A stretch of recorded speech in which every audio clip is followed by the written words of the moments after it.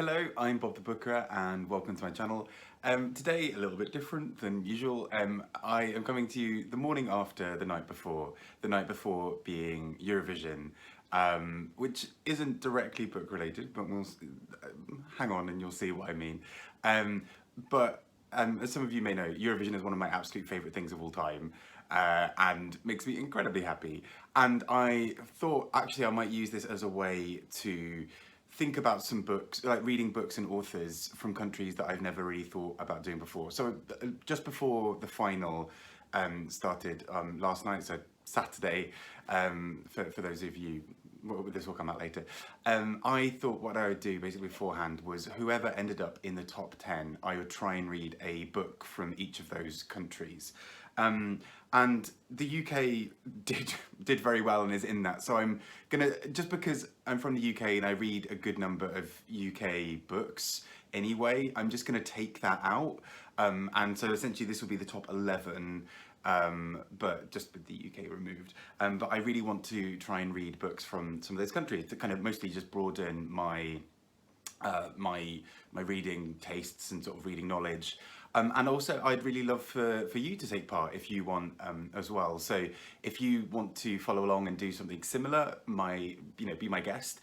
Also if you have good suggestions for these, because there are several countries here who I don't think I've ever read a book from, a country I've never read a book from, and also have no idea where to start. So there we go. So the first two of these will be super easy because they're actually books that I was already hoping to read soon, and so I think I'll just do that. So Ukraine very rightfully were the winners of Eurovision this year, and my local bookshop's book club had already been putting a Ukrainian book in the mix anyhow, which is Andrey Kurkov's Grey Bees, which is apparently quite funny and quite sort of absurd and ridiculous at times, but also features quite a lot of violence and quite a lot of difficulty with sort of several quite bizarre characters in the mix. So that's one that I'm going to be rereading. And also the next one being Wilder Winds, I'm not sure if that's there, by Belle Olid, translated by Laura McGloughlin. And this is a selection of short stories, but by a small press from Distamper, who also had a book shortlisted for the Republic of Consciousness Prize recently. So I'm really excited to get through to these two, but then this leaves the rest of these quite wide open. And you'll see once I sort of go through the countries, and I'll have a little list here somewhere. But the remaining countries being Sweden, Serbia, Italy, Moldova, Greece, Portugal, Norway, and in 11th place, the Netherlands, but I'm going to add that in to sort of take out the UK, just because, yeah, I read British novels most of the time, like at least a few a month, so there we go.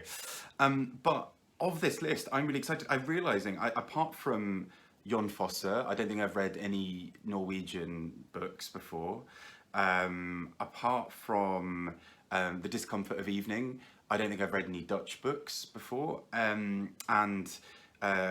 really for Italy, I don't think I've read a few sort of here and there, particularly the Elena Ferrante books, which I really enjoyed.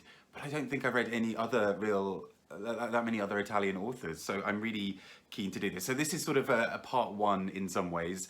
I'm going to be sort of trickling these books into my reading just as I go, like not all as one in one go, but please do suggest any books that you have, any recommendations that you have for some of these countries, particularly ones like Serbia and Moldova and Greece and Portugal, where I don't really know where to start. I don't think I know of that many authors who I could sort of just go in and sort of dive in and start reading, but really keen to do so nonetheless. Anyway, I've been Bob the Booker.